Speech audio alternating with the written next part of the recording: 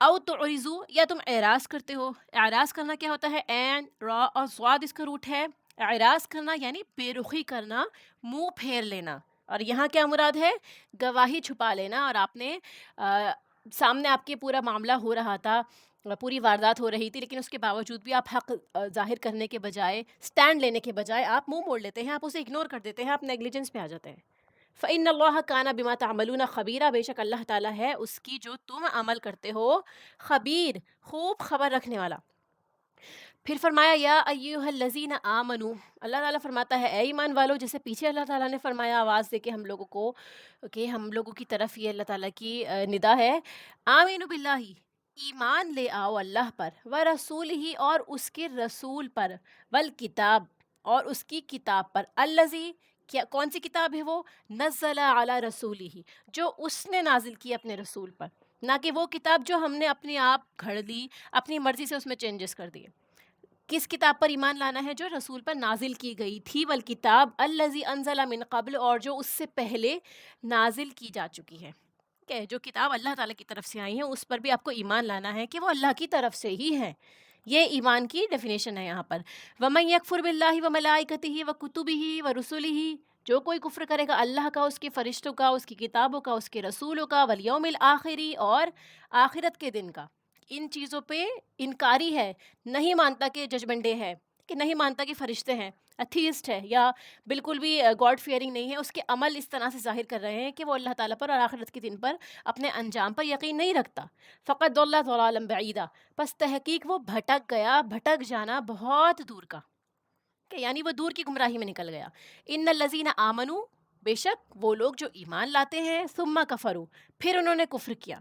یعنی کچھ ایسے ایمان والے بھی ہیں، ان کے بارے میں بھی بتایا جا رہا ہے کہ جیسے اوپر آیا نا ایمان لانے کو کہا گیا ہے، اب ایسے لوگ ہیں جو ٹھیک ہے ایمان لے آتے ہیں، لیکن اس کے بعد حالات کو دیکھتے ہوئے، یا ایسی کمپنی میں بیٹھنے کی وجہ سے، یا کسی بھی شکوک و شبہات کی وجہ سے، وسوسوں میں آنے کی وجہ سے، وہ پھر سے گمراہی کی راہ پہ چل پڑتے ہیں، کفر کرنے لگتے ہیں. ثم آمنو، پھر وہ ایمان لے آتے ہیں، پھر ان کو کوئی اچھی بات پتہ چلتی ہے یا ایسی کمپنی ملتی ہے، پھر دوبارہ سے وہ ایمان لے آتے ہیں، اللہ تعالیٰ پر یقین رکھنے لگتے ہیں. ثم کفروا، اور پھر اس کے بعد سیکنڈ ٹائم وہ کفر کرتے ہیں، انکار کرتے ہیں اللہ کا، اللہ کی آیات کا.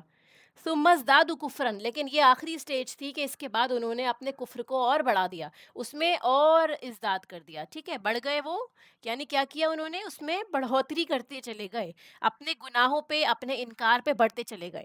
ٹھیک ہے، اس اسٹیج کے بعد کہ جب انہوں نے کفر کیا تھا اور اب اسی میں بڑھتے جا رہے ہیں، لم یکن اللہ لیغفر لہم، نہیں ہے اللہ کہ انہیں بخش دے، ان کے لیے کوئی بخشش نہیں ہے. ٹھیک ہے، دیکھیے ایک بار حق نظر آیا تھا، پھر ٹھکرا دیا، پھر دوبارہ آپ کو حق نظر آیا تھا، آپ نے پھر ٹھکرا دیا، اور اسی پہ آگے بڑھ رہے ہیں، خود بھی رک رہے ہیں، لوگوں کو بھی انکاری بنا رہے ہیں.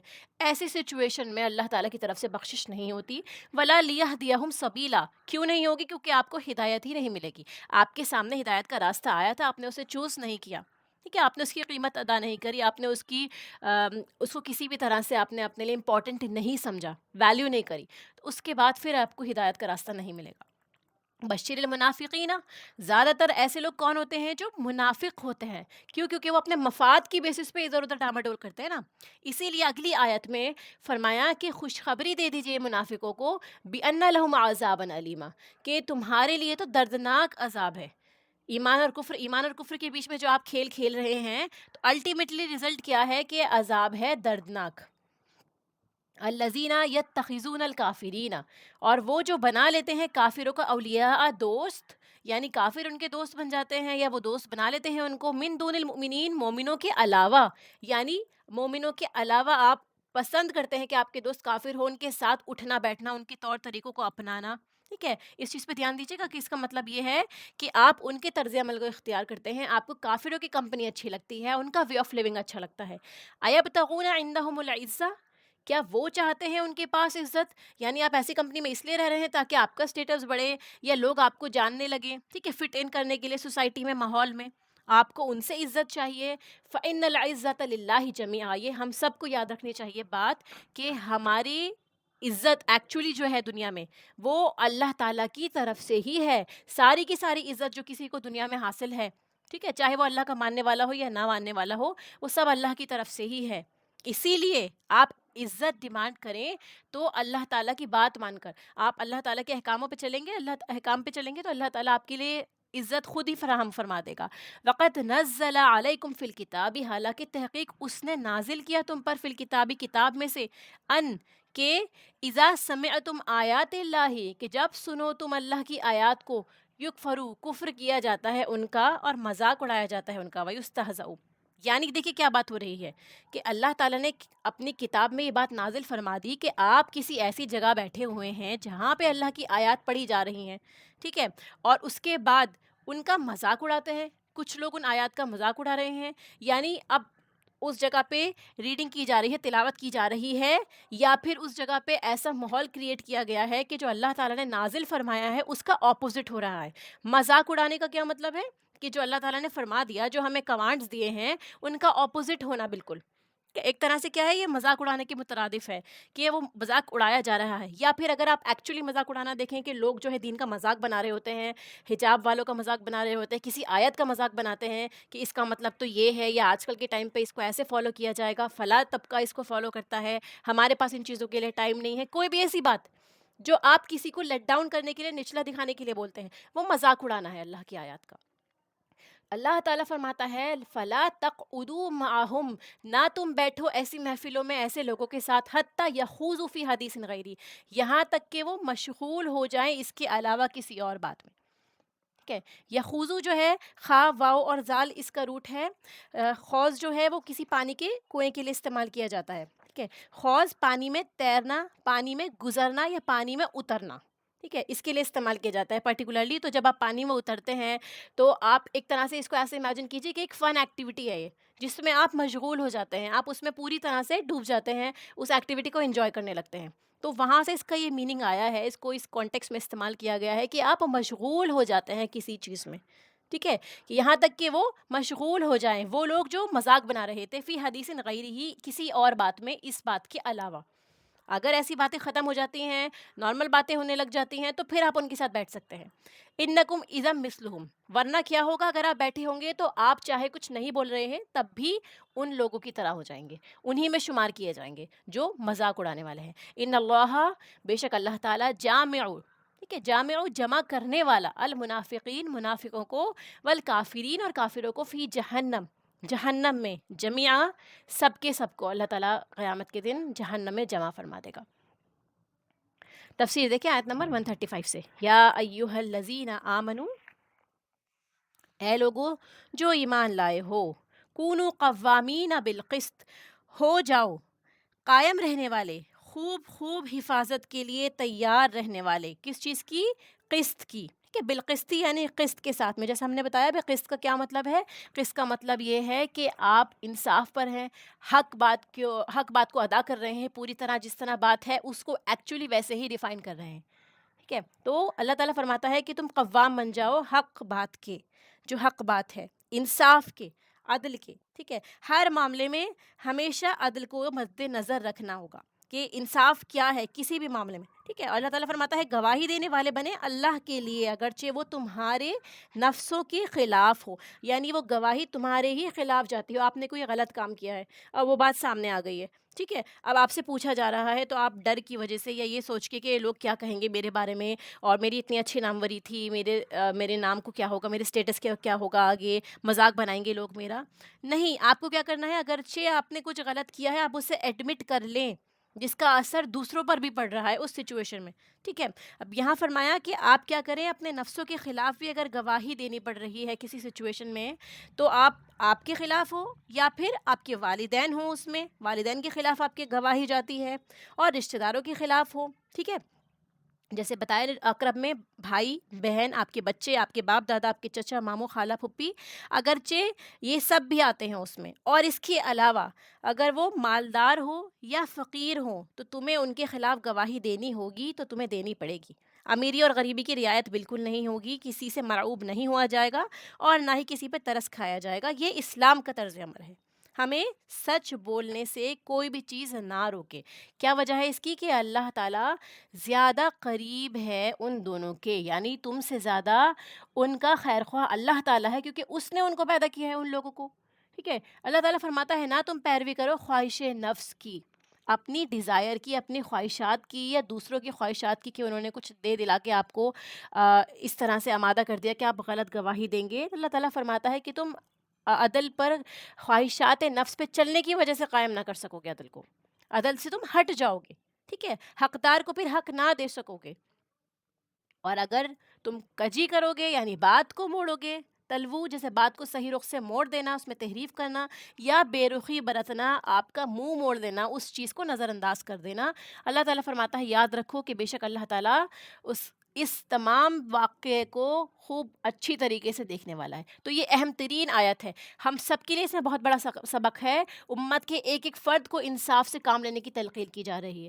کہ اس سے منہ موڑنے پر آپ کو ایک طرح سے وارن کیا جا رہا ہے کہ تم انصاف سے لا تعلقی اختیار نہیں کر سکتے، ہر حال میں عدل کرنا ضروری ہے، ٹھیک ہے، اور اس عدل کا تعلق جو ہے عدالت سے نہیں ہے، صرف عدالت میں جاتے ہیں تو وہاں پہ جو جج ہے اسی کو انصاف کرنا ہوگا یا لائر ہیں وہی سچے رہیں، نہیں، کیونکہ ایمان والوں میں سب عدالتی تو نہیں ہوتے، اوبویسلی یہ ایک عام خطاب ہے، اللہ تعالیٰ نے تمام ایمان والوں سے فرمایا ہے، دنیاوی اعتبار سے دیکھیں آپ تو چاہے آپ کا کوئی بھی لین دین کا معاملہ ہو یا آپ کے گھروں کے معاملات ہوتے ہیں، آپ کے آپس کے تعلقات ہوتے ہیں رشتہ داروں میں، یا آپ کوئی تجارت کر رہے ہیں، چھوٹی موٹی لین دین کر رہے ہیں، ان تمام معاملات میں آپ کو کیا کرنا ہے، عدل سے کام لینا ہے، اور پھر اپنے ساتھ بھی، اپنے عزیزوں کے ساتھ بھی، اور غیروں کے ساتھ میں بھی، حتیٰ کہ قرآن کریم میں آتا ہے کہ کسی قوم کی دشمنی تمہیں اس بات پر آمادہ نہ کرے کہ تم عدل سے کام نہ لو، یعنی یہ سوچ کے کہ فلاں جو ہے وہ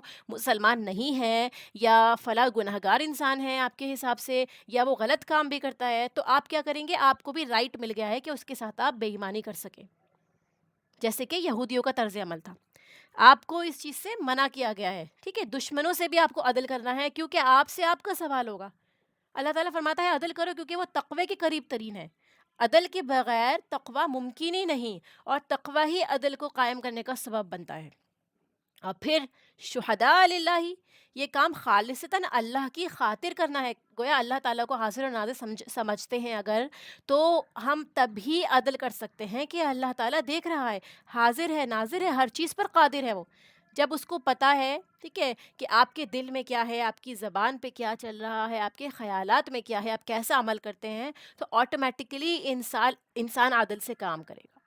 سورہ نساء میں بھی آتا ہے نا، بے شک اللہ تعالیٰ تم پر نگران ہے، ٹھیک ہے، ان اللہ کان علیکم رقیبا، کہ وہ نگران ہے، وہ دیکھ رہا ہے، وہ تمہاری نگہداشت کر رہا ہے، ہم سب اس کی پروٹیکشن میں ہیں، اس کی انڈر آبزرویشن ہے، اسی لیے اب یہ دیکھیے کہ زندگی میں دو راستے ہوتے ہیں انسان کے پاس، ٹھیک ہے، یا تو آپ اپنے مفاد کے حصول پہ کام کریں، اپنی مرضی کے مطابق زندگی جئیں اور فیصلے لیں، یا پھر دوسرا طریقہ کیا ہوتا ہے، حق کا راستہ اختیار کرنا، کہ جو سچ ہے، حق ہے، اسی کے ساتھ میں آپ سٹینڈ کرتے ہیں، جس میں کسی کو تکلیف نہیں ہوتی، کسی کا حق نہیں مارا جاتا، انصاف ہوتا ہے، حق پورا ملتا ہے سب کو۔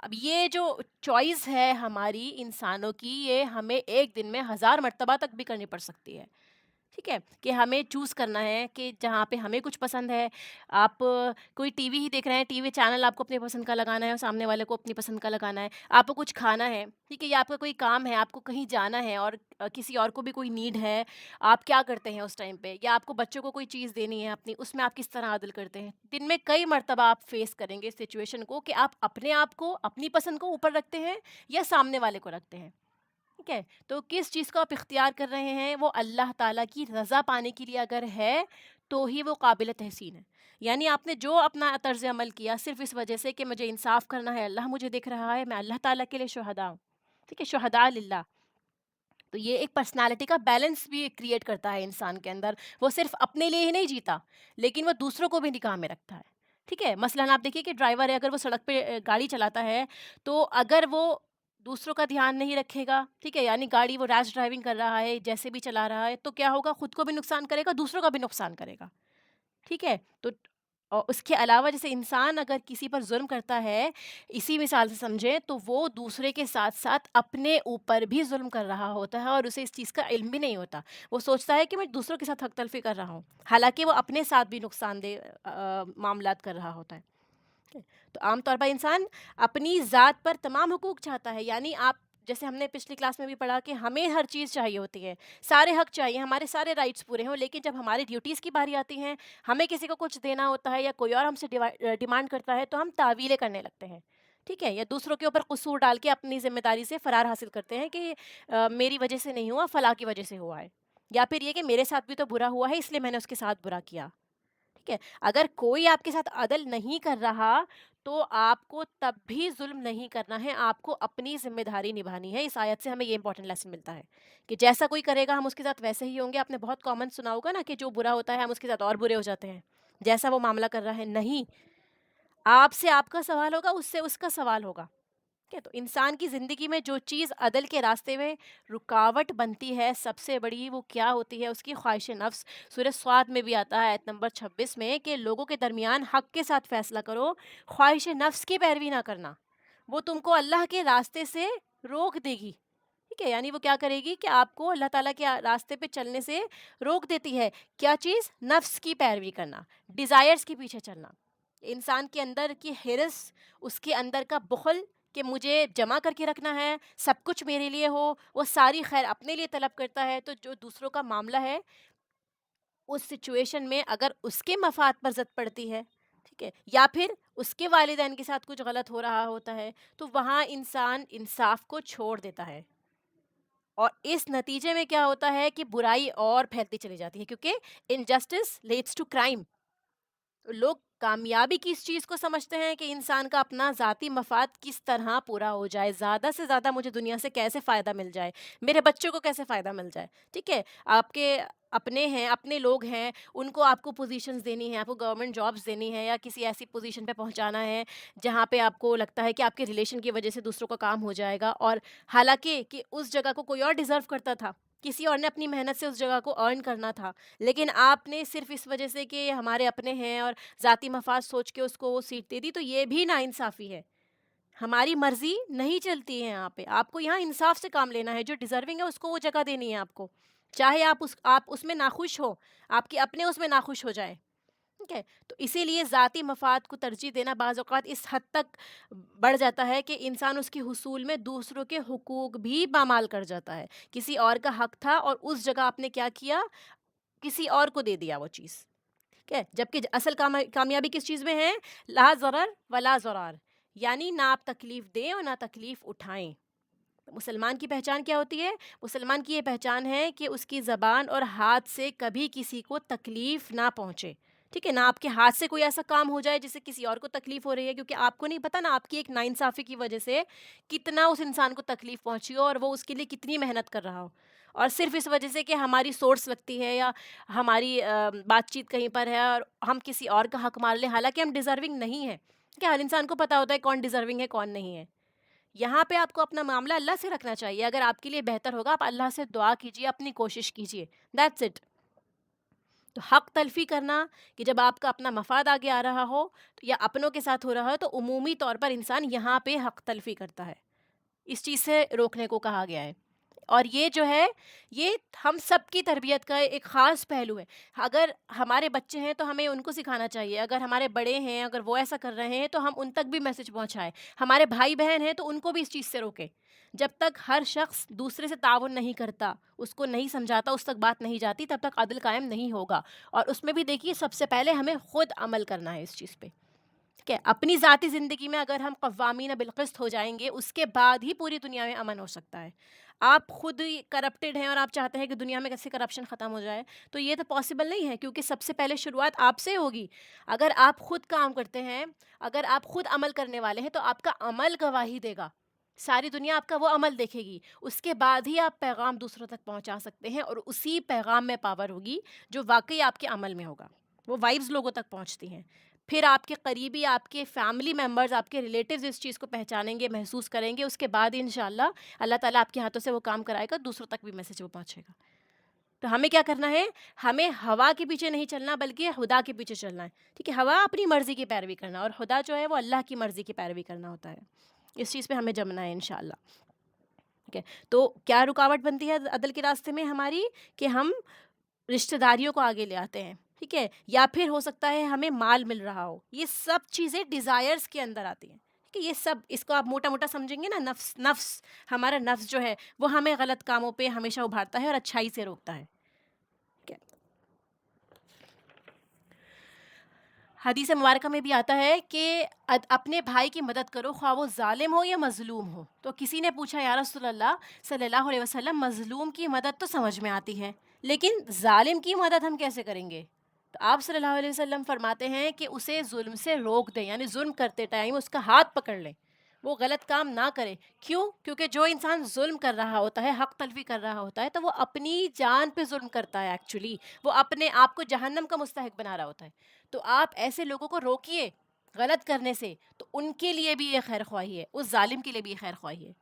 تو ہر شخص جو جہاں اپنے بس میں ہو کر سکتا ہو ضرور کرے. ٹھیک ہے. مثلاً بچوں میں لڑائی ہو تو آپ کا کیا فرض ہے کہ آپ عدل کریں. جو غلط ہو اس کو بتایا جائے، اسے سمجھایا جائے. اگر وہ ایسا ہے نا کہ کچھ بچے زیادہ قریب ہوتے ہیں ماں باپ سے، ٹھیک ہے، تو ان کی غلط بات کو بھی چھپا دیتے ہیں، دوسروں کو ہی ڈانٹ پڑتی ہے. تو یہ کرنا ہے آپ کو کہ ان کو سمجھانا ہے کہ غلطی کس کی ہے.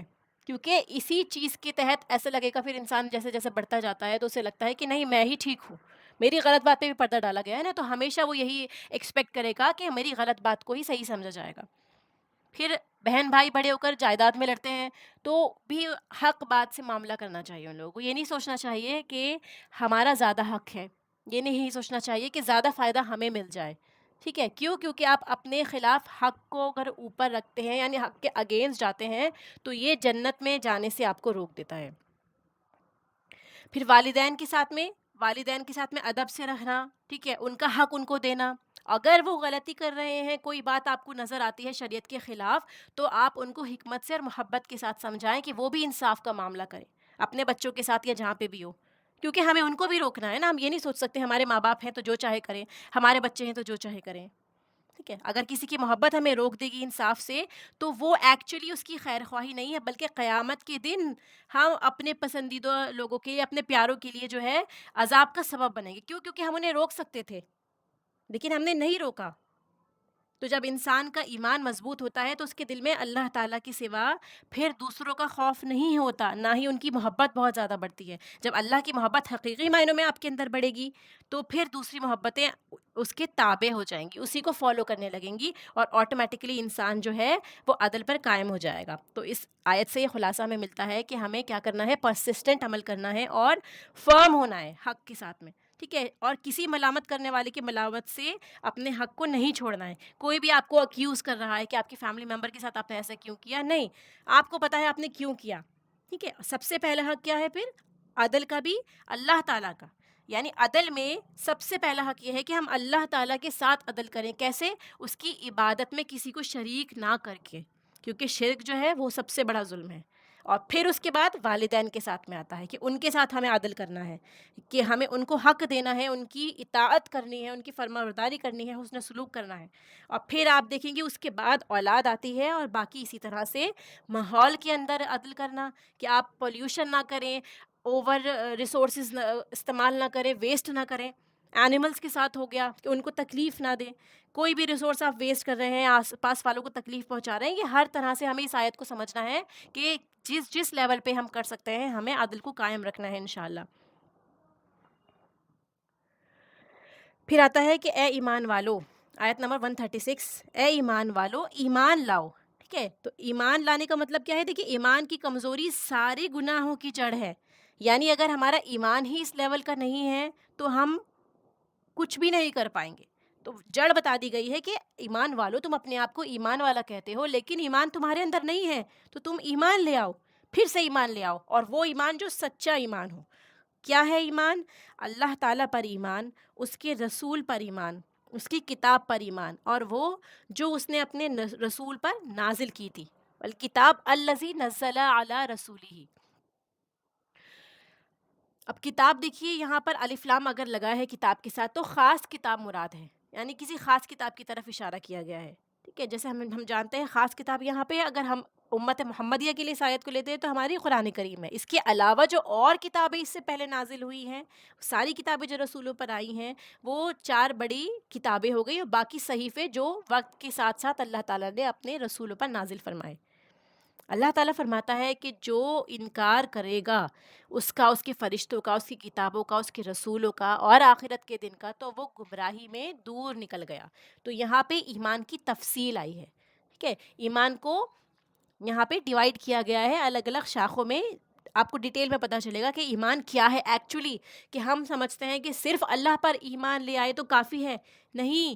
ایمان لانے کا مطلب یہ ہے کہ کسی چیز پر جب ایمان لایا جاتا ہے تو اس کو مکمل طور پہ اپنایا جاتا ہے، اس کی تمام باتوں کو مانا جاتا ہے، اور جو اس نے ہمیں حقوق دیے ہیں یا ہمیں احکامات دیے ہیں ان سب کو فالو کرنا، ٹھیک ہے؟ تو سب سے پہلے اللہ تعالیٰ پر ایمان، بلیف ان وننس آف اللہ، اللہ پر ایمان لانا۔ اللہ تعالیٰ پر ایمان لانا کیا ہے؟ دیکھیے، اللہ تعالیٰ کی ذات پر، اس کے وجود پر، اس کی صفات پر، اس کی ربوبیت پر۔ مطلب یہ ہے کہ تمام جتنے بھی کائنات میں چیزیں ہو رہی ہیں یا جو بھی پیدا ہو رہی ہیں، ڈسٹرائے ہو رہی ہیں، یا جس طرح سے، جیسے ربوبیت کیا ہوتی ہے، جیسے رب کون ہوتا ہے؟ جو تربیت کرتا ہے، رزق پرووائڈ کرتا ہے۔ الوہیت ہو گئی کہ جس کو آپ مشکل کے وقت پکارتے ہیں، ٹھیک ہے؟ وہ ون اینڈ اونلی ہے۔ تو ان تمام چیزوں میں صرف ایک اللہ پر ایمان لانا، کسی کو اس کا شریک نہ کرنا۔ اگر آپ اس کی کسی بھی ایک صفت کو نہیں مانتے، ٹھیک ہے، یعنی کسی کو شریک کر دیتے ہیں اس میں، تو آپ نے اللہ تعالیٰ کا انکار کر دیا اور اللہ تعالیٰ کے ساتھ کفر کر دیا۔ پھر فرشتوں پر ایمان لانا۔ فرشتے، بڑے فرشتے جو 4 بڑے فرشتے ہیں، ٹھیک ہے، ان کے علاوہ جو جہنم کا داروغہ ہے، منکر نکیر ہے، ٹھیک ہے، اس کے علاوہ کرامن کاتبین ہیں جو ہمارے اچھے برے اعمال لکھتے ہیں، تو اس کے علاوہ جہنم کا، جنت کا داروغہ جو ہے، جو ان کے چوکیدار ہے، سارے فرشتوں پر ایمان لانا۔ کہ مختصراً یہ فرشتے ہیں جن کے بارے میں ہمیں پتہ چلتا ہے، ایسے عرش کے فرشتے ہو گئے، 4 بڑے فرشتے ہیں، اس کے علاوہ اللہ تعالیٰ نے جتنے بھی فرشتے پیدا کیے وہ سب اللہ کے، کون ہے؟ اللہ کے بندے، اللہ کی مخلوق میں سے ہیں۔ نہ وہ اللہ کی بیٹیاں ہیں، نہ اللہ تعالیٰ کی اولاد میں سے ہیں، کسی طرح کا کوئی اختیار اللہ نے ان کو نہیں دے رکھا۔ پھر اللہ تعالیٰ کی کتابوں پر جو اس نے نازل فرمائی، سب رسولوں پر کتابیں آئی ہیں، ٹھیک ہے؟ اب وہ جیسے 4 بڑی کتابیں ہو گئیں، اس کے علاوہ صحیفے کی فارم میں احکامات جو اللہ تعالیٰ نے دیے ہیں، تو سب رسولوں پر کتابیں آئی ہیں، اور رسول جو ہیں وہ سب سے بہتر طریقے پر رہنمائی کر سکتے ہیں انسانوں کی۔ اس لیے نبی جو اسی رسالت کو آگے بڑھائے، اور رسول وہ ہوتا ہے جو نئی شریعت لے کر آتا ہے، جو اللہ تعالیٰ کی طرف سے کتاب لاتا ہے یا پیغامات لے کر آتا ہے۔ اور پھر آخرت کے دن پر ایمان لانا، کہ اس دنیا کا ایک آخری دن ہے، اس کے بعد کوئی دن نہیں آنے والا۔ کوئی کام کرنے سے پہلے یہ سوچئے کہ اس کا میری آخرت کو کیا فائدہ ہوگا، ٹھیک ہے؟ جو ہم کرنے والے ہیں تو اس کا کیا ہمیں فائدہ ہے؟ دنیا میں فائدہ ہو رہا ہے، کیا ہمیں برزخ میں اس کا فائدہ ہوگا؟ جو لمبی نیند ہے ہماری، پھر کیا آخری دن اللہ تعالیٰ کے سامنے ہم اس جو ہمارا معاملہ ہوگا پیش کر پائیں گے؟ کیا ہم کھڑے ہو پائیں گے، اسٹینڈ لے پائیں گے جو غلط کام ہم کر رہے ہیں؟ اور جس کا ایمان نہیں ان چیزوں پر، تو کیا ہے کہ وہ بھٹکا ہوا ہے۔ اسی لیے خلاصہ کیا ہے اس کا؟ کہ ماننا اور نہ ماننا یہ دونوں چیزیں برابر نہیں ہے۔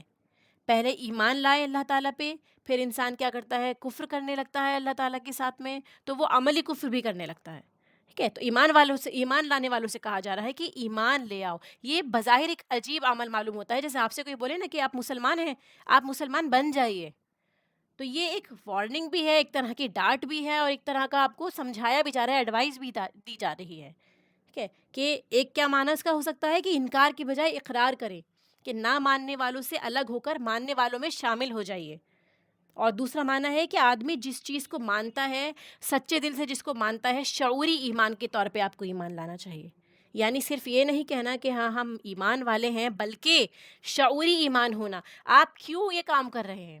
جو عمل آپ کر رہے ہیں، اللہ کی کتاب آپ پڑھ رہے ہیں، اس کو فالو کر رہے ہیں، جو آپ کے رسول نے آپ کو فرما دیا صلی اللہ علیہ وسلم، کیوں آپ کر رہے ہیں؟ یہ شعوری ایمان ہونا چاہیے، ٹھیک ہے؟ اور وہ شعوری ایمان جو آپ کو پتہ ہے، یعنی آپ کا دل بھی اس میں شامل ہو گیا ہے، آپ مانتے ہیں کہ یہ حق ہے، تو پھر اس کام میں پختگی ہوگی، پھر آپ کسی سے نہیں ڈریں گے اس چیز میں، پھر آپ کانفیڈنٹلی وہ کام کریں گے، ٹھیک ہے؟ تو انسان کی فکر ہوگی، اس کا مذاق کرنا ہوگا، اس کی پسند ناپسند، اس کے رویے، اس کے چال چلن، اس کے دوست، اور حالانکہ یہاں تک کہ اس کے دشمن بھی، یہ ساری چیزیں کیا ہوں گی؟ پھر اس کے عقیدے کے مطابق ہی بنتی چلی جائیں گی۔ اسی لیے اس چیز پہ ہمیں بہت زیادہ کام کرنے کی ضرورت ہے کہ ہمارا ایمان کس چیز پر ہے۔ کیا ہمارا ایمان لوگوں پر ہے؟ کیا ہمارا ایمان دوسرے کلچر پر ہو گیا ہے؟ یا ہمارا ایمان اللہ تعالیٰ پر ہے؟ تو آیت میں خطاب ان تمام مسلمانوں سے ہے کہ جو اپنے آپ کو ماننے والا کہتے ہیں لیکن وہ سچ میں نہیں مانتے۔ اور پھر دیکھیے یہاں پہ کفر کے بارے میں بتایا گیا ہے کہ کفر کرنا، کہ وہ ایمان والے کیا کرتے ہیں؟ پہلے ان الذین آمنوا ثم کفروا ثم آمنوا ثم کفروا، ٹھیک ہے؟ یہ جیسے اگلی آیت میں بھی آ رہا ہے. تو کفر کیا چیز ہوتی ہے؟ دیکھیے کفر کا کیا مطلب ہے. جو شخص اللہ تعالیٰ پر، اس کی فرشتوں کا اور ان تمام چیزوں کا کفر کرتا ہے، تو یہ کفر کے معنی ہوتے ہیں کہ ایک آدمی جو ہے وہ صاف صاف انکار کر رہا ہے، کھلا کفر کر رہا ہے، وہ مانتا ہی نہیں ہے. اور دوسرا کفر کیا چیز ہے؟ کہ زبان سے تو مانتا ہے لیکن دل سے نہیں مانتا، نہ اپنے عمل سے مانتا ہے. تو ہمیں یہ دیکھنا ہے کہ ہم کس کفر کی کیٹیگری میں آ رہے ہیں. کہ ہم نسلی مسلمان جو ہیں، ہم اپنے آپ کو شعوری مسلمان بھی بنا سکتے ہیں. تو سوال یہ ہے کہ شعوری ایمان اگر ہمیں چاہیے تو وہ کس طرح ہوگا؟ شعوری ایمان کہ آپ اللہ تعالیٰ پہ پوری طرح سے ایمان رکھتے ہیں، تو وہ شعوری ایمان اللہ تعالیٰ پر ایسے ہوگا کہ انسان سب سے بڑھ کر اللہ کی محبت، اللہ کا ڈر، اللہ کے اوپر اعتماد رکھنا، توکل کرنا کرے. یعنی وہ سب سے زیادہ اللہ تعالیٰ کو اپنی پرائیورٹی پہ رکھے. یہ اللہ پر ایمان ہوگا جو شعوری ایمان ہوگا. پھر رسول پر، جیسے اس آیت میں ہم نے پڑھا ایمان لانا ہے، تو کس طرح سے ایمان لایا جائے اللہ تعالیٰ کے اکارڈنگ؟ کیسے ایمان لائے رسول پر؟ بس ہم سب جانتے ہیں کہ ہاں رسول اللہ صلی اللہ علیہ وسلم آئے تھے، ان کی ہسٹری ہم پڑھتے ہیں، ان کا معاملہ تھوڑا بہت ہم کو آئیڈیا ہو جاتی ہے. اس کے علاوہ ہم رسول پر ایمان لاتے ہیں، اس کا کیا مطلب ہے؟ کہ جو آپ لے کر آئے ہیں حق، ٹھیک ہے، اس کو اپنی زندگی کا موٹیو بنا لینا، انہی کی رہنمائی پہ چلنا، نہ کہ کسی اور کو پھر اپنا اولیاء مان لینا یا ان کے پیچھے پیچھے چلنا. پھر کتاب پر ایمان لانا، تو آپ کی سوچ اور جذبات، آپ کے معاملات، آپ کی عقل، سب کچھ کتاب اللہ کے مطابق ہو جائے. آپ اپنے آپ کو جھکا دیں، اپنے آپ کو سرنڈر کر دیں کہ جو کتاب میں لکھا ہے مجھے اسی مطابق اپنی زندگی گزارنی ہے. یہ ہے ایکچولی کتاب پر ایمان. ورنہ ہم سب قرآن سے محبت تو رکھتے ہیں لیکن اس پر ایمان نہیں رکھتے. اور فرشتوں پر ایمان رکھنا کہ ہم تنہا ہیں تب بھی ہمیں دیکھا جا رہا ہے، ہماری واچنگ ہو رہی ہے، ہمیں گارڈ کیا جا رہا ہے، وہ دونوں طرف ہمارے فرشتے بیٹھے ہوئے ہیں، ہمارے اچھے برے اعمال لکھ رہے ہیں، ٹھیک ہے. اور جیسے جتنی بھی احادیث مبارکہ ہیں جس میں فرشتوں کا ہونا یا ان کی پروٹیکشن کا ہونا، ان سب چیزوں پہ ایمان لے کر آنا. اور آخرت پر ایمان لانا کہ جو کچھ بھی آپ دنیا میں کام کرتے ہیں وہ آخرت کو سامنے رکھ کے کرتے ہیں. عقل مند وہ ہے جو آخرت کے انجام کی کامیابی سے خوش ہو جائے. دنیا میں نہ سوچے وہ کہ غلط کام کر کے وہ بچ جائے گا یا لوگ اس کو نہیں دیکھ رہے، ریکگنائز نہیں کر رہے، بلکہ آخرت پہ اگر اس کو یقین ہے کہ یہ میرا عمل اللہ تعالیٰ کے لکھا جا رہا ہے، وہ ایکچولی عقل مند انسان ہے کہ اس کو معلوم ہے اللہ تعالیٰ اس کا ریوارڈ دے گا. پھر فرمایا ان الذین آمنوا ثم کفروا ثم آمنوا ثم کفروا، ٹھیک ہے، کہ بے شک وہ لوگ جو ایمان لاتے ہیں پھر کفر کرتے ہیں، پھر ایمان لاتے ہیں اور پھر کفر کرتے ہیں اور پھر کفر میں ہی بڑھتے چلے جاتے ہیں. 2 بار ایمان اور 3 بار کفر کا ذکر ہے یہاں پہ، اور اس کے بعد کیا ہے؟ کفر میں ہی وہ زیادتی کرنے لگتے ہیں، کافروں کا طرز عمل ہی اختیار کر لیتے ہیں. اس کے بعد کوئی امکان نہیں ہوتا کہ وہ واپس مسلمان ہو سکتے ہیں. ایسے لوگوں کی پھر بخشش نہیں ہوتی اور نہ ہی اللہ تعالیٰ کی طرف سے انہیں کوئی ہدایت ملتی ہے، رہنمائی ملتی ہے.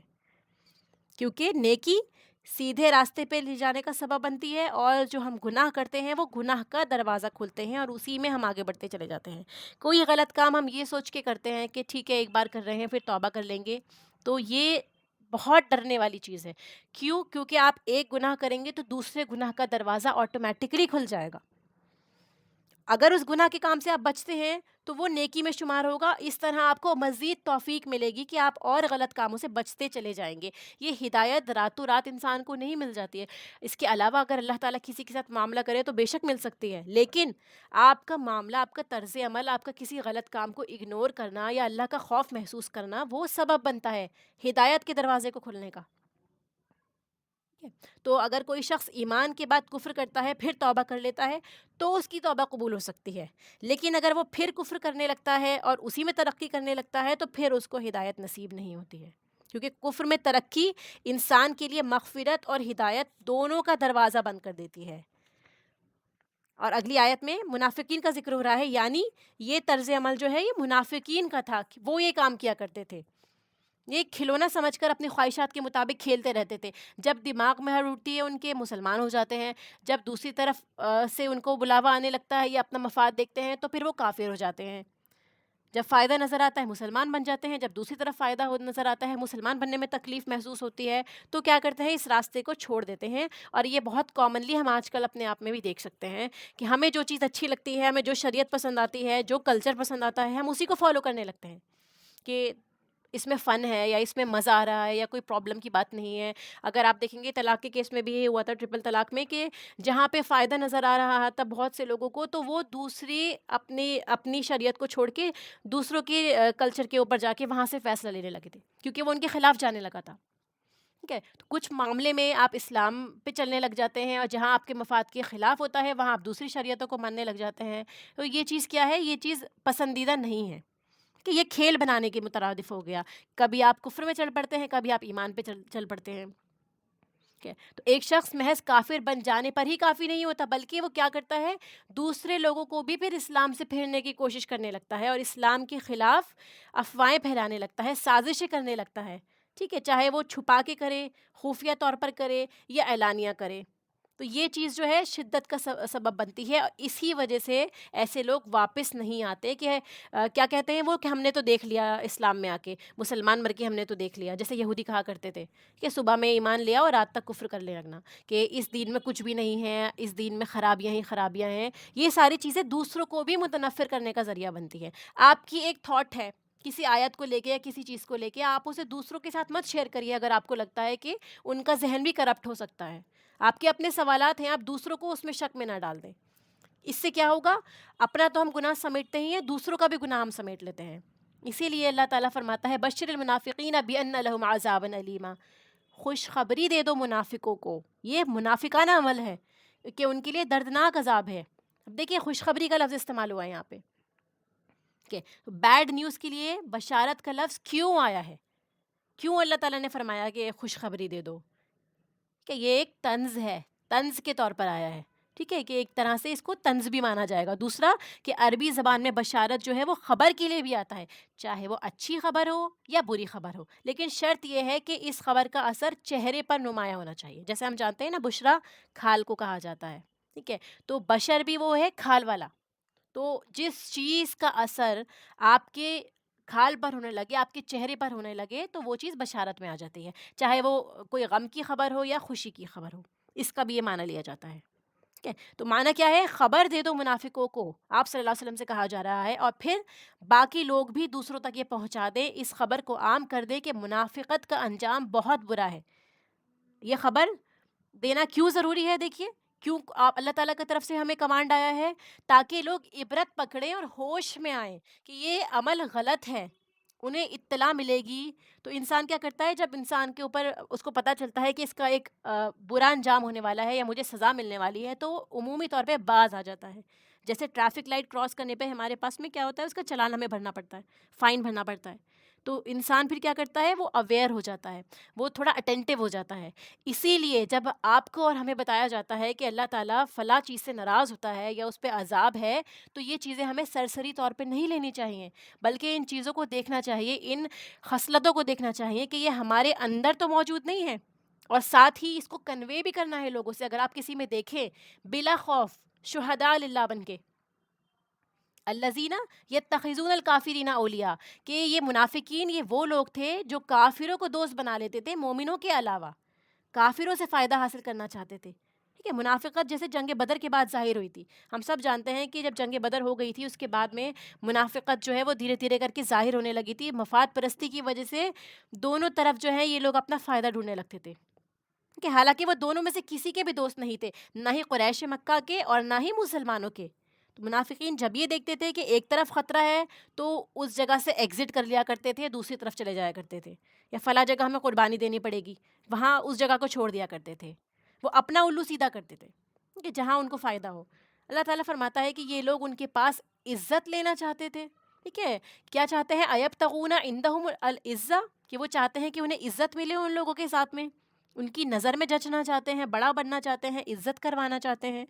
کیا فرمایا؟ دیکھیے دوستی، انسان جب دوستی کرتا ہے تو اس کو نبھانی بھی پڑتی ہے، اور پھر وہ کیا کرتا ہے کہ ان دوستوں کے اپنا مقام بنانا چاہتا ہے، ان کی نظروں میں اپنا مقام چاہتا ہے تاکہ اس سے فائدہ ملے. ٹھیک ہے، وہ لوگ سمجھے کہ ہاں یہ بھی اچھا انسان ہے یا پھر یہ ہمارے برابری کا انسان ہے اور وہ ان سے فائدے حاصل کرتا ہے.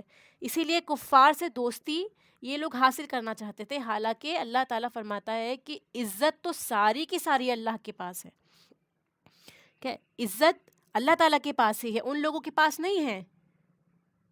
کیونکہ تاریخ میں غداروں کو کبھی بھی عزت نہیں ملی. وقتی طور پہ ہو سکتا ہے کہ وہ اپنے فائدے کے مطابق کام کرے، لیکن وہ لوگ عزت کے مستحق نہیں ہوتے، کیونکہ دونوں طرف کے لوگ جانتے تھے کہ یہ فلاں سے بھی ملے ہوئے ہیں، ہم سے بھی ملے ہوئے ہیں، نہ یہ ہمارے ہیں نہ یہ ان کے ہیں. تو ایسے لوگوں کو سب جانتے ہیں کہ یہ موقع پرست لوگ ہیں، آج اس کی بول رہے ہیں کل کسی اور کے پیچھے بولنے لگ جائیں گے. تو ایسے لوگوں کو کوئی عزت نہیں رہتا. بظاہر اسلام کا لبادہ اوڑے ہوئے ہیں، اپنے آپ کو مسلمان کہہ رہے ہیں، لیکن ہمارا عمل منافقین والا ہے. ٹھیک ہے، جہاں بیٹھے جس کی اس کے سامنے اس کی غیبتیں کرنے لگے، اس کی برائیاں کرنے لگے. سورہ بقرہ میں بھی آتا ہے منافق کافروں کے پاس جا کر کہتے ہیں کہ ہم تو حقیقت میں تمہارے ہی ساتھ تھے، ہم تو مسلمانوں سے مذاق کر رہے تھے. ہم یہ پڑھ چکے ہیں پیچھے. تو منافق ہر ایک کو دھوکے میں رکھتا ہے. سوال یہ ہے کہ وہاں جا کر وہ عزت چاہتے ہی کیوں تھے؟ کیوں چاہتے تھے وہ ان لوگوں کے میں ہماری عزت ہو؟ کیونکہ عزت کا معنی کیا ہوتا ہے؟ عزت کا ایک معنی غلبہ بھی ہوتا ہے، غلبہ پانا، قہر ہونا، قدرت رکھنا. ٹھیک ہے، کسی شخص کو ایسی بلندی اور حفاظت یا محفوظ حفاظت حاصل کرنا، اختیار کرنا کہ کوئی اس کا کچھ نہ بگاڑ سکے. یعنی آپ کا ایک ایسا اسٹیٹس ہو جائے، آپ کی پروٹیکشن ہو جائے، آپ کے آس پاس لوگ جمع ہو جائیں جس کی وجہ سے اگر آپ کو کوئی تھریٹ ہو تو آپ کو بچایا جا سکے. یعنی لوگ آپ تک پہنچنے کی ہمت نہ کریں کہ فلاں شخص کے تو اتنے لوگ ہیں، اتنے دوست ہیں، اس کے سب سے بنا کے رکھتا ہے وہ. ٹھیک ہے، آپ کے ادھر بھی دوست ہے ادھر بھی دوست ہے، لیکن آپ مفاد پرست انسان ہیں. تو سب جانتے ہیں کہ وہ آپ کے دوست نہیں ہیں، آپ صرف ایک موقع پرست انسان ہیں. پھر تو جو اللہ کے سوا دوسروں کی نظروں میں اپنا مقام بنانا چاہتا ہے، تو ایسا انسان ہمیشہ ذلیل ہوتا ہے، اس کی کبھی کوئی انسان دل سے عزت نہیں کرے گا. آخر لوگ اللہ کی نافرمانی بندوں کو خوش کرنے کے لیے ہی کرتے ہیں. ٹھیک ہے، یعنی دوسروں کو خوش کرنے کے لیے ہم تبھی اللہ تعالیٰ کی نافرمانی کرتے ہیں، ورنہ ہم سب جانتے ہیں کہ ہماری ہر انسان کی ایکچول خوشی اللہ کی رضا میں ہی ہے. آپ کوئی بھی نیکی کا کام کر کے آپ محسوس کریے کہ آپ کو جو سکون محسوس ہوگا، آپ کو جو اللہ تعالیٰ سے قرب محسوس ہوگا، وہ کسی بھی اور غلط کام میں یا دوسروں کو خوش کرنے میں نہیں ہو سکتا. اسی لیے فکر کریں کہ اللہ تعالیٰ جو کائنات کا مالک ہے، اس کی نظر میں ہمارا کیا مقام ہے. ٹھیک ہے، کیونکہ آپ دیکھیں گے جو قوت والا ہے آپ اس کے پیچھے چلنے لگتے ہیں، حالانکہ ساری کی ساری قوت اور طاقت تو اللہ تعالیٰ کے ہاتھ میں ہے. اور یہی وجہ ہوتی ہے جو انسان جو ہے اپنے آپ کو پھر ظلم سے روکتا ہے. آخری آیت میں آتا ہے وَقَدْ نَزَّلَ عَلَيْكُمْ فِي الْكِتَابِ أَنْ إِذَا سَمِعْتُمْ آيَاتِ اللَّهِ يُكْفَرُ بِهَا، کہ تم پر جب کتاب نازل کر دی گئی ہے، یعنی قرآن میں یہ حکم آ چکا ہے کہ جب تم اللہ کی آیات کو سنو کہ ان کا انکار کیا جا رہا ہو یا ان کا مذاق اڑایا جاتا ہے، تو تم ان لوگوں کے ساتھ بیٹھتے ہو. ٹھیک ہے، تو اللہ تعالیٰ فرماتا ہے نہ تم بیٹھو ان لوگوں کے ساتھ، ایسے مجلس میں مت بیٹھیے یہاں تک کہ وہ مشغول ہو جائیں کسی اور بات میں، اس کفر اور مذاق کی باتوں کو چھوڑ کے کوئی اور بات کرنے لگے، چاہے وہ کوئی دنیاوی بات ہی کیوں نہ ہو. جب تک وہ اس میں مشغول نہ ہو جائیں آپ وہاں نہیں بیٹھیے. کیوں؟ کہ اگر آپ وہیں بیٹھے رہیں گے تو بے شک انہی لوگوں میں سے ہو جائیں گے. اور اللہ تعالیٰ فرماتا ہے کہ بے شک اللہ تعالیٰ کافروں اور منافقوں کو جہنم میں جمع کرنے والا ہے، سب کے سب کو. تو جو آج ان لوگوں کے ساتھ جمع ہوتے ہیں، ایک جگہ میں بیٹھتے ہیں، کل وہ جہنم میں بھی جمع ہوں گے آٹومیٹکلی. ٹھیک ہے، انسان اپنے دوست کے دین پر ہوتا ہے، ہم سب جانتے ہیں. تو پچھلی آیت میں منافق کا طرز عمل تھا کہ وہ کافروں سے دوستی کرتے ہیں. جس سے آپ دوستی کرتے ہیں، آپ یہ دیکھیں گے نا، آپ اسے خوش رکھنا چاہتے ہیں کہ آپ چاہیں گے کہ وہ خوش رہے، ہر طرح سے آپ اس کی بات ماننے لگتے ہیں. تو ایسے ہی منافق اسلام کے دشمنوں سے دوستی کرتے تھے، ان کے پاس جاتے تھے تو آٹومیٹکلی ان کی محفلوں میں وہ ان کا مذاق اڑاتے تھے. ٹھیک ہے، کافروں کی محفلوں میں جاتے تھے اور وہ ان کا مذاق اڑایا کرتے تھے. تو ایسی محفل میں بیٹھنا، تو آپ کیا چپ ہو کر بیٹھ سکتے ہیں ایسی محفل میں؟ ٹھیک ہے، تو اس چیز کو بھی منع کیا گیا ہے. دیکھیے ایسی محفل میں جانے کا کیا مطلب ہے کہ آپ وہاں جائیں گے، وہاں کی تاثرات لے کر آئیں گے، ان لوگوں کی باتیں آپ کے ذہن میں گھومتی رہیں گی. ٹھیک ہے، وہ چیز نارمل ہو جائے گی. غلط جگہ میں بیٹھنا، جیسے آپ کہیں بیٹھے ہوئے ہیں، وہاں پہ میوزک چل رہا ہے، آپ وہیں بیٹھے ہوئے ہیں، آپ چاہتے تو کہیں اور بھی جا کے بیٹھ سکتے تھے، اس جگہ کو چھوڑ سکتے تھے. وہاں پہ آپ دیکھ رہے ہیں کہ شراب پی جا رہی ہے یا کسی بھی طرح کی ایک مخلوط محفل ہو گئی جہاں پہ بہت زیادہ لوگ آپس میں مل جل کے بیٹھے ہوئے ہیں، جن لوگوں کو نہیں بیٹھنا چاہیے. ٹھیک ہے، محرم نہ محرم کا کوئی خیال نہیں رکھا جا رہا. تو آپ اگر وہاں خاموش بیٹھے ہیں تو جیسے انہی لوگوں میں سے ہیں. اگر آپ کے اندر ہمت ہے، آپ کہہ سکتے ہیں حکمت کے ساتھ، تو اس چیز کو روکنے کی کوشش کریں. ادروائز کیا کریں؟ اگر نہیں آپ کو لگ رہا ہے کہ موقع ٹھیک نہیں ہے یا یہ چیز آپ کے اگینسٹ جا سکتی ہے، تو آپ وہاں سے اٹھ جائیے، اپنا ایمان بچائیں، کم سے کم اتنا تو کر لیں. حدیث مبارکہ میں بھی آتا ہے کہ جو شخص اللہ اور یوم آخرت پر ایمان رکھتا ہے وہ اس دعوت میں شریک نہ ہو، اس جگہ پہ نہ بیٹھے جہاں پہ شراب کا دور چلتا ہو، ٹھیک ہے، جہاں پہ شراب پی جا رہی ہو. ایسے ہی باقی چیزوں سے بھی آپ ریلیٹ کر لیجئے. یہ تو حدیث مبارکہ ہمارے سامنے ہے، مسند احمد کی ہے. لیکن ایسے ہی جہاں اللہ کی آیات کا مذاق بنایا جا رہا ہے، رسول اللہ صلی اللہ علیہ وسلم کی تعلیمات کو ٹھکرایا جا رہا ہے، ایسی محفلوں میں نہیں بیٹھنا، کیونکہ جو جس سے محبت کرتا ہے پھر وہ انہی میں شمار ہوتا ہے. اور یہ چھوڑنا بھی دیکھیے وقتی ہے، ٹھیک ہے. اگر آپ کو پتہ ہے کہ یہ لوگ جو ہیں ان کے پاس تھوڑا مطلب پوٹینشیل ہے کہ آپ کی بات سن سکتے ہیں، آپ کی اچھی دوستی ہے ان لوگوں کے ساتھ میں، یہ وقتی طور پر غلط کاموں میں پھنس چکے ہیں، تو آپ اس موقع کی مناسبت سے ہٹ جائیے، بعد میں ان کے ساتھ بیٹھ جائیے اور دیکھیے کہ آپ کس طرح اللہ کا پیغام پہنچا سکتے ہیں. کیونکہ آپ آبویسلی وہ آپ کے فرینڈز ہیں، آپ کے ساتھ بیٹھے ہیں. یہاں پہ ہم نے ایک مثال لے لی شراب کی، اس کے علاوہ بھی بہت ساری چیزیں ہوتی ہیں. چھوٹی موٹی مثالیں ہو گئی ہیں، چھوٹے موٹے ایسی باتیں ہو گئی جو قرآن کے اگینسٹ بھی جاتی ہیں، لیکن وہ کبیرہ گناہوں میں نہیں آتی ہیں. مثال کے طور پر غیبت ہی سمجھ لیں آپ. تو آپ کیا کریں گے؟ آپ آبویسلی ایسی دوستی یا ایسے لوگوں کو، یا ہو سکتا ہے آپ کے بھائی بہن، آپ کے والدین ہی بیٹھے ہوں آپ کے ساتھ میں، تو وقتی چھوڑنا ہوگا ان کا. اس وقت میں آپ وہاں سے وقتی طور پہ ہٹیں گے. جب وہ باتوں کو چینج کر دیں، دوسری باتیں ہونے لگے، تو آپ ان کے پاس آ کے بیٹھ جائیے. ٹھیک ہے. اگر آپ ایسا نہیں کرتے ہیں تو پھر آپ بھی انہی میں شمار ہو جائیں گے. تو غلط بات میں جیسے ہم نے پیچھے پڑھا، ہمیں کسی کا ساتھ نہیں دینا، خواہ وہ کوئی بھی ہو، چاہے وہ بھائی بہن کیوں نہ ہو. اگر کوئی بات حق کی کوئی بات کر رہا ہے، چاہے وہ کافر ہی کیوں نہ ہو، تو آپ کو اس کا ساتھ دینا ہے جو حق کی بات ہے. جہاں دوسروں کا حق جو ہے وہ دیا جا رہا ہے، حق تلفی سے روکا جا رہا ہے، وہاں پہ آپ ان کا ساتھ بھی دیں گے. جیسے ہم رسول اللہ صلی اللہ علیہ وسلم کی سیرت میں بھی دیکھتے ہیں کہ آپ ایسے معاہدے میں شریک تھے کہ جہاں پہ مظلوموں کی داد رسی کی جاتی تھی. تو وہ اس وقت میں اسلام نہیں آیا تھا. تو آپ فرماتے ہیں کہ ہاں مجھے پسند تھا کہ اس کا میں حصہ بنوں جہاں لوگوں کو حق دیا جا رہا ہو. ٹھیک ہے. تو دیکھیے مذاق بنانا بھی ہے اس آیت سے ہمیں پتہ چلتا ہے کہ دین والوں کا مذاق بنانا یہ کس طرح کا رویہ ہوتا ہے انسانوں کا. کہ جو لوگ ہوتے ہیں، آپ دیکھیں گے اسکالرز ہو گئے یا جو مولوی کا اپنا روپ رکھتے ہیں اس طرح کا کہ لوگ ان کو مولوی کہنے لگ جاتے ہیں. ٹھیک ہے. تو یہ بھی کیا ہے؟ مذاق اڑانے کی طرح ہے. یا پھر بحثیں کرنا، ان کے خلاف، سنتوں کے خلاف باتیں کرنا، یا ایسی محفلوں میں آپ لڑائی کرنا شروع کر دیں. ٹھیک ہے. اس چیز کو بھی پسندیدہ نہیں کہا گیا. اور خاموش رہنے کا مطلب یہ ہے کہ آپ اس پہ راضی ہو گئے ہیں. اسی لیے جو تیسرا آپشن ہے نا کہ آپ بحث بھی نہ کریں، کہ بات اتنی نہ بڑھ جائے کہ پھر جیسے دین سے نفرت کرنے پر آ جاتے ہیں نا لوگ، کہ نفرت کرنے لگ جاتے ہیں لوگ دین سے، کہ دین تو ایسا ہے تو اچھا ہے، ہم ایسے نہیں ہیں. اور آپ خاموش ہیں، اس کا مطلب یہ ہے کہ آپ نے ایگری کر دیا سائلنٹلی کہ ہاں جو تم کر رہے ہو وہ ٹھیک ہے.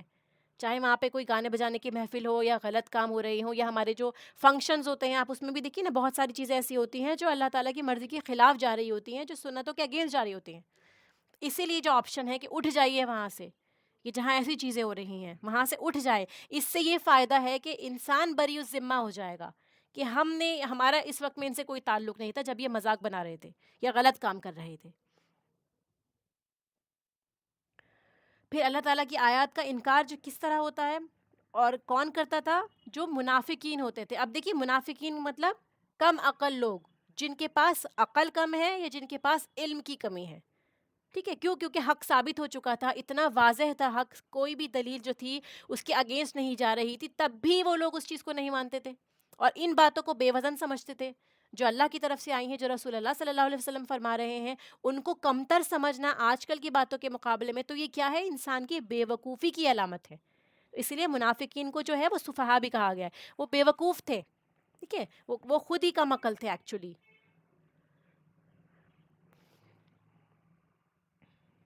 قرآن کریم میں آتا ہے کہ گناہوں اور زیادتی کے کاموں میں تعاون نہ کریے. ٹھیک ہے. کہ آپ جو غلط کام ہو رہا ہے، گناہوں کا کام ہو رہا ہے، جہاں پہ گناہ ہو رہے ہیں، تو ان کاموں میں آپ شریک بھی نہ ہوں اور تعاون بھی نہ کریں. جیسے ہم نے یہاں ڈسکس کیا، کوئی گناہ کا کام ہے یا غیبت کا کام ہو رہا ہے، کیونکہ برائی میں شریک ہونے والا برائی کرنے والے کے برابر ہے. اور اگر آپ کسی چیز کو ناپسند کر رہے ہیں تو آپ نے اپنے آپ کو اس چیز سے بچا لیا، چاہے آپ وہاں پہ کیوں نہ ہو. ٹھیک ہے. اسی لیے یہ خاموشی سب سے کم تر درجہ ہے ایمان کا، کہ اس سے بھی کم اگر آپ ہیں، یعنی آپ خاموش بھی نہیں رہ سکتے ہیں وہاں پر، تو یہ کیا ہے؟ پھر یہ منافقت کی طرف لے جاتی ہے انسان کو. تو یہ ایمانی غیرت ہی انسان کی ختم ہو جاتی ہے کہ اگر آپ وہاں پہ، اگر آپ خاموش بھی نہیں ہیں، یعنی آپ لوگوں کی باتوں میں شامل ہو گئے. ایک یہ ہے کہ آپ نے ان کو روک دیا غلط کام کرتے ہوئے. ایک یہ کنڈیشن آتی ہے کہ آپ وہاں سے اٹھ کے ہی چلے گئے. اور کوئی ایسی محفل ہے جہاں پہ بہت بڑے بڑے لوگ ہیں، یا آپ کے آفس میٹنگ وغیرہ ہے، یا آپ یہ اپنے آپ کو سمجھ لیں کہ ایسی جگہ ہے جہاں سے آپ اٹھ کے نہیں جا سکتے، تو کم سے کم درجہ کیا ہے کہ کم آپ اس بات میں شریک تو نہ ہو. آپ نہیں جا سکتے، ٹھیک ہے، ہو سکتا ہے ماحول ایسا ہو گیا ہو، معاملہ ایسا ہو رہا ہو کہ بہت نازک معاملہ ہو، اس سچویشن میں کم سے کم آپ ان کی باتوں میں شریک نہ ہو، آپ ہنس نہ دیں ان کے ان جوکس پہ، ٹھیک ہے، کم سے کم خاموش رہیں. آپ کے فیس سے پتہ چلے کہ آپ کو یہ چیز پسند نہیں آ رہی. یہ ایمانی غیرت ہے انسان کی، اور یہ معاملات بہت کامن ہے آج کل کے ٹائم پہ کہ ہمارا ایمان کا درجہ یہاں پہنچ چکا ہے. اگر یہ بھی نہیں ہے، ہم ان لوگوں کے ساتھ ہی ٹھٹے کرنے لگ جائیں، ہنسنے لگ جائیں، مذاق کرنے لگ جائیں. کیوں؟ کیونکہ ہمارا ارادہ نہیں تھا لیکن سب بات کر رہے تھے اس لیے ہم بھی شامل ہو گئے. تو پھر انسان کے جو اسلام ہے، اس کا ایمان ہے، وہ اس کو خیر آباد کر دے. حدیث میں آتا ہے کہ نیک دوست کی مثال مشک کی طرح ہے، کہ یعنی مشک کستوری، خوشبو، کہ گویا وہ خوشبو بیچنے والا ہے. یا تو تم اس سے خریدو گے یا پھر وہ دوست سمجھ کر تمہارے کپڑوں پر لگا دے گا، یا پھر جب وہ اپنا ڈھکن کھولے گا اس چیز کا تو وہ خوشبو آٹومیٹکلی تمہیں مل جائے گی، کیونکہ خوشبو جو ہے وہ انسان کے ہاتھوں پہ، اس کے کپڑوں پہ لگ جاتی ہے. تو یہ ایک اچھے اور نیک دوست کی علامت ہے. یہ جو نیک دوست ہوتا ہے وہ خوشبو دینے والے کی طرح ہوتا ہے، اور جو برا دوست ہوتا ہے وہ بھٹی جھونکنے والا ہے، بھٹی جھونکنے والا جس میں سے بلیک اسموک نکلتا ہے. ٹھیک ہے، یا تو وہ تمہارے کپڑوں کو جلا دے گا یا کچھ نہیں تو وہ تمہیں دھواں ہی آ جائے گا اس کا. یعنی آپ کسی بھی حالت میں ایسے دوست ایسی محفل سے بچ نہیں سکتے. اسی لیے نیک لوگوں کا رویہ اختیار کریں، نیک لوگوں کی دوستی اختیار کریں کہ کم سے کم ہمارے دوست اچھے ہوں کہ ہم اپنے دین پہ کمپرومائز نہ کرنا پڑے، ہمارے مذاق یا ہماری باتیں ایسی نہ ہوں کہ جو دین کا مذاق اڑانے پر ہمیں لے جائیں، کیونکہ ہم نہیں جانتے ہماری کس عمل سے ہم ایمان سے ہی، اسلام سے ہی خارج ہو جائے اور ہم کو پتہ بھی نہ ہو. اللہ تعالیٰ ہم سب کی حفاظت فرمائے ایسے محفلوں سے. آپ آیت سن لیں. يا أيها الذين آمنوا كونوا قوامين بالقسط شهداء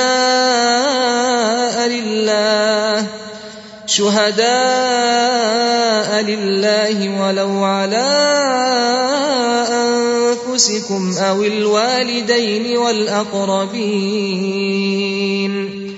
إن يكن غنيا أو فقيرا فالله أولى بهما فلا تتبعوا الهوى أن تعدلوا وإن تلوا أو تعرضوا فإن الله كان بما تعملون خبيرا.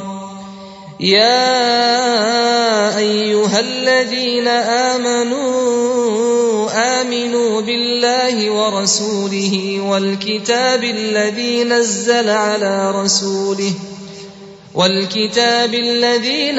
على رسوله والكتاب الذي أنزل من قبل ومن يكفر بالله وملائكته وكتبه ورسله واليوم الآخر فقد ضل ضلالا بعيدا. إن الذين آمنوا ثم كفروا ثم آمنوا ثم كفروا ثم ازدادوا كفرا لم يكن الله ليغفر لهم ولا ليهديهم سبيلا. بشر المنافقين بأن لهم عذابا أليما. الذين يتخذون الكافرين أولياء من دون المؤمنين أيبتغون عندهم العزة فإن العزة لله جميعا. وقد نزل عليكم في الكتاب أن إذا سمعتم آيات الله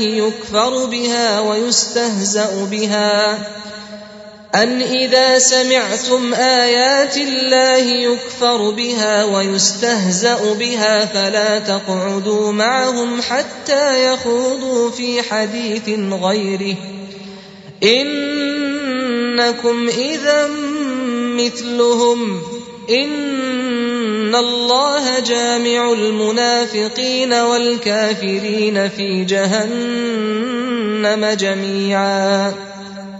وآخر دعوانا عن الحمد للہ رب العالمین سبحانک اللہم وبحمدک نشہد ان لا الہ الا انت نستغفرک ونتوب الیک. السلام علیکم ورحمۃ اللہ وبرکاتہ.